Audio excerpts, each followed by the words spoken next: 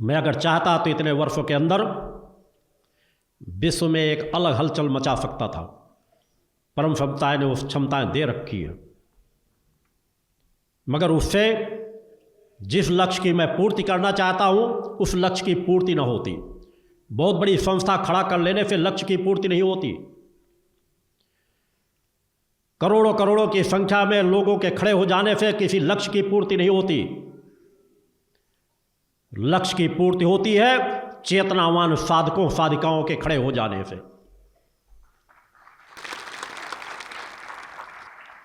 सैकड़ों कौरवों से अधिक 5 पांडव श्रेष्ठ होते हैं, क्योंकि उनके साथ भगवान खड़े होते हैं। सत्य की ताकत उनके पास होती है, ऊर्जावान होते हैं, चेतनावान होते हैं, परोपकारी होते हैं, पुरुषार्थी होते हैं। इसलिए उनके साथ भगवान श्री कृष्ण खड़े हुए। आप तो उनसे भी करोड़ों गुना सौभाग्यशाली हो।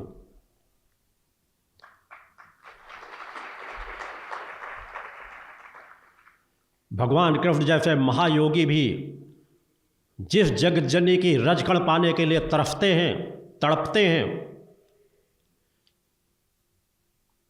आपको तो वह जगत जननी आशीर्वाद देने के लिए तत्पर है।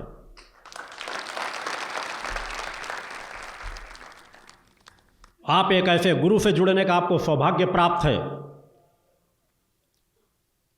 जो सिद्धाश्रम परम धाम, मैं इस धाम की बात नहीं कर रहा, अनंत लोकों में जो माता आदि शक्ति जगत जननी जगदम्बा के दिव्य धाम शक्ति धाम के बाद दूसरा सबसे सशक्त धाम कहलाता है, जिसे मुक्ति धाम, परम धाम, दिव्य धाम कहते हैं। मैं वहाँ का योगी सच्चिदानंद हूँ। बोलो गुरुदेव भगवान की जय। उस आत्मा का सानिध्य आपको प्राप्त हो रहा है। बस आपको उस सत्य के पलड़े पर दृढ़ता के साथ खड़े होना है। दृढ़ता की पराकाष्ठा हो। जीवन में शिथिलता का जीवन कभी भी किसी लक्ष्य को प्राप्त नहीं कर सकता। यह जीवन में किसी भी लक्ष्य को प्राप्त करना है तो हमारे अंदर दृढ़ता की पराकाष्ठा होनी चाहिए, सत्य की पराकाष्ठा हो, निष्ठा विश्वास की पराकाष्ठा हो, भक्ति की पराकाष्ठा हो। वैसा जीवन कार्यकर्ताओं को जीना चाहिए। ऐसा जीवन बार बार प्राप्त नहीं होगा। यह सहज यात्रा नहीं है। पहचानने का प्रयास करो कि आप किस तरह का जीवन जी रहे हो, समाज कैसा जीवन जी रहा है। निश्चित आप लोगों के जीवन में अन्य समाज से बहुत परिवर्तन है, मगर उस बहुत परिवर्तन से संतुष्ट हो जाने का, बैठने का तात्पर्य है अपनी यात्रा को विराम दे देना। जीवन में गति हो, चैतन्यता हो, प्रवाह हो। एक ऐसा प्रवाह है जो नदी के प्रवाह से भी तीक्ष्ण हो। जिस प्रकार एक नदी बड़े बड़े पहाड़ों के बीच से उनका भी सीना चीरते हुए अपना रास्ता मार्ग खोज लेती है, बड़ी वैसे बड़ी चट्टानों को भी अपने वेग से काट देती है, वैसा प्रवाह आप लोगों के अंदर होना चाहिए। वैसा प्रवाह मैं अपने शक्ति साधिकाओं और साधकों के बीच देखना चाहता हूं, जो समाज की इन विपरीत परिस्थितियों में, समाज के संघर्षों के बीच में उनकी आंतरिक चेतना पर कभी भी ठहराव ना पाए, उनके पुरुषार्थ में कभी ठहराव ना आए, उनकी भक्ति में कभी ठहराव ना आए, उनकी मन की एकाग्रता में एक विशेष दृढ़ता हो, तन से वह बलिष्ठ बने और बुद्धि की प्रखरता को प्राप्त कर सके। तभी समाज में परिवर्तन डाला जा सकता है। अपने आप को कमजोर मत समझो। इस यात्रा में तुम गरीब हो अमीर हो ये मायने नहीं रखता। बस तुमने अपने हृदय पर मेरे अपने विचारों को कितना धारण किया है, महत्वपूर्ण यह है।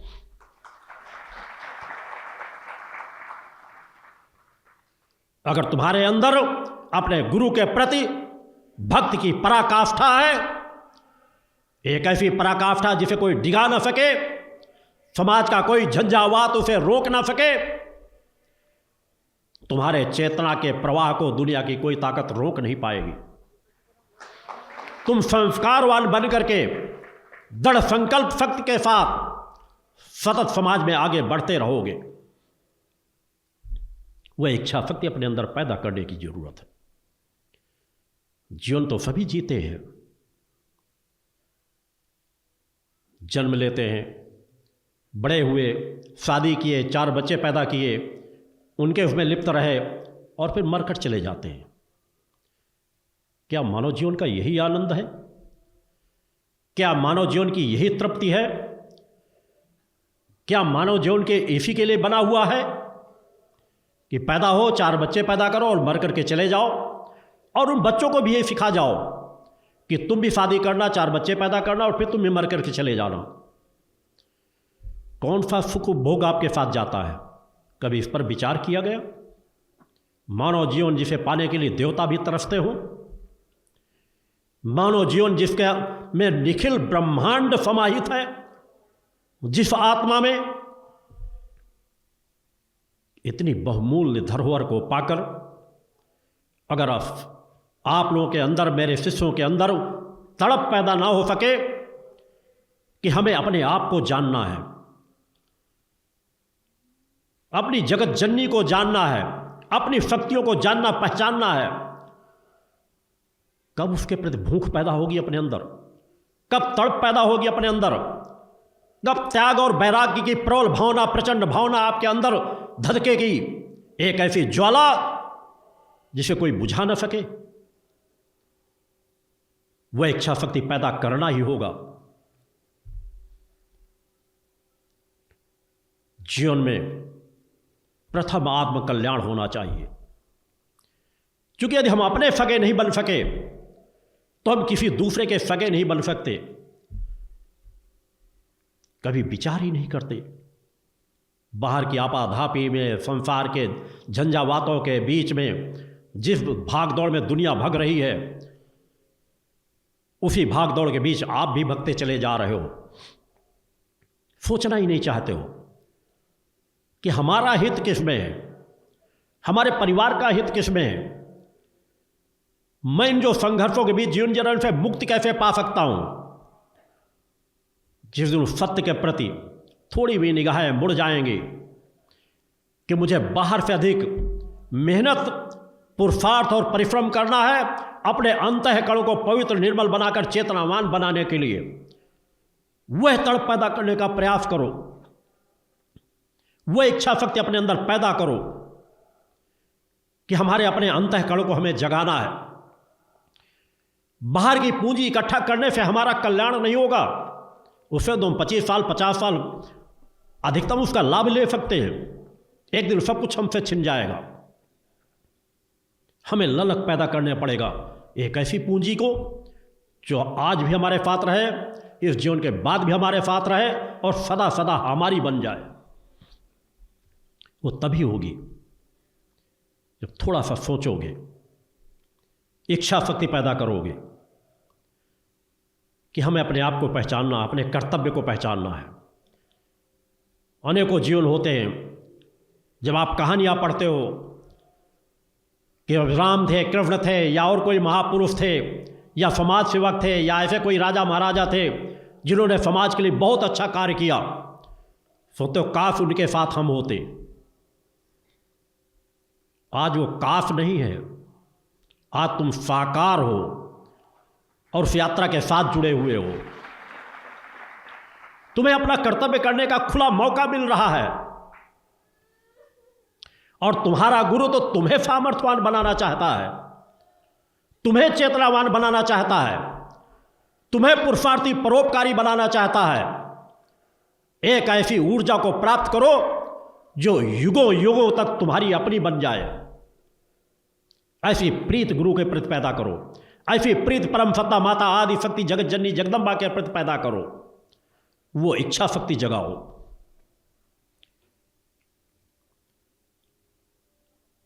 भटकाओं से थोड़ा सा रोको अपने आप को। साधना केवल इसके लेने की दौड़ते हुए गए पूजन स्थल में बैठे और बस मंत्र जाप किए, काम कोटा पूरा हो गया। मन को स्थिर करो, विचार करो, सोचो। ये जब ये थोड़ा सा ठहरने लगोगे, सोचने लगोगे, मन को एकाग्र करने लगोगे, तो तुम्हारी नित्य की ऊर्जा, तुम्हारी नित्य की साधना तुम्हारे लिए और कल्याणकारी होने लगेगी। तुम्हारी समस्याओं का समाधान भी सहज भाव से होने लगेगा। तुम्हें तृप्ति मिलेगी, शांति मिलेगी, संतोष मिलेगा और कार्य करने की गति कई गुना ज़्यादा बढ़ जाएगी।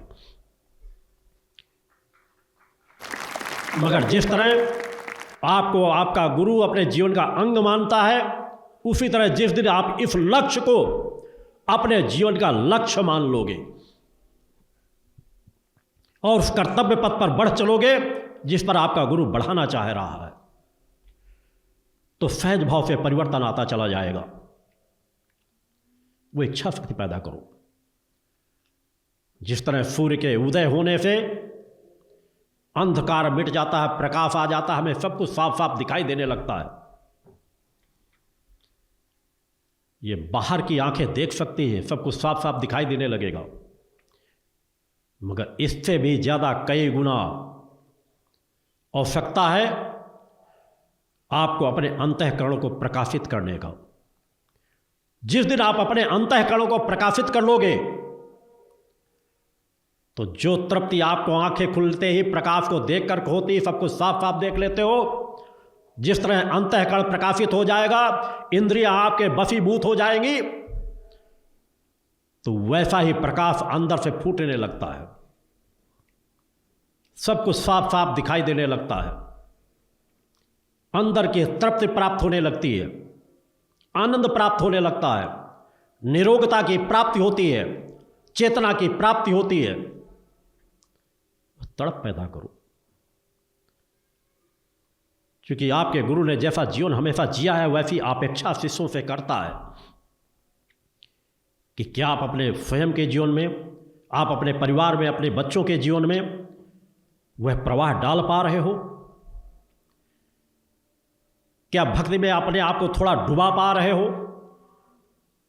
आपके अंदर क्या इच्छा शक्ति होती है कि हमारे अंदर आंतरिक वैराग्य पैदा हो?